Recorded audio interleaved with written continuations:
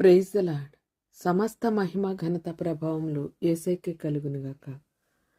శిలువ ధ్యానాంశములు. శిలువతో ముడిపడిన మూడు. రెండవ అంశంగా 3 సార్లు బొంకిన పేతురు గూర్చి తెలుసుకుందాం. పరిశుద్ధుడైన మత్తయి రాసిన సువార్త 26వ అధ్యాయము 34వ వచనము. యేసు అతని చూచి, ఈ రాత్రి కోడి కూయక మునిపే నీవు నన్ను ఎరుగనని ముమ్మారు చెప్పెదవని నీతో నిశ్చయముగా చెప్పుచున్నాను నేను. ఈ మాటలు పేతురు విషయంలో అక్షరాల నెరవేరాయి. మొదటిగా ఒక చిన్న దాని ముందు పెద్ద అబద్ధం. మత్తయి రాసిన సువార్త 26వ అధ్యాయము 69వ వచనము.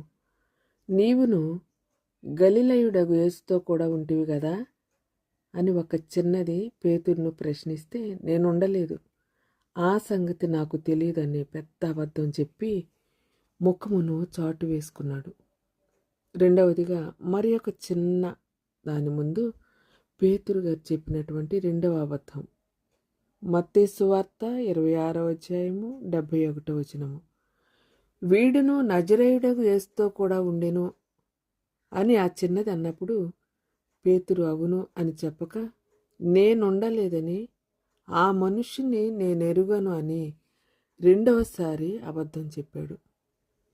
ఇది ఎంతో విచారకరం కదా.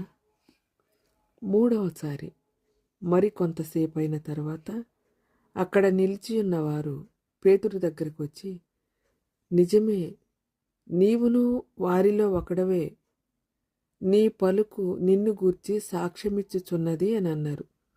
మత్తయి సువార్త 26వ అధ్యాయము 76వ వచనము.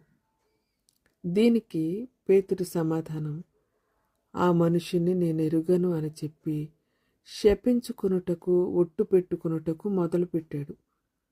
ఒక్కొక్కరి దగ్గర రెండు అబద్ధాలు చెప్పాడు. పేతురు 3 సార్లు బొంకిన తర్వాత కోడి కూసింది. ఆ తర్వాత పేతురు పశ్చాత్తాపపడ్డాడు, ప్రభువుకు చేరువయ్యాడు.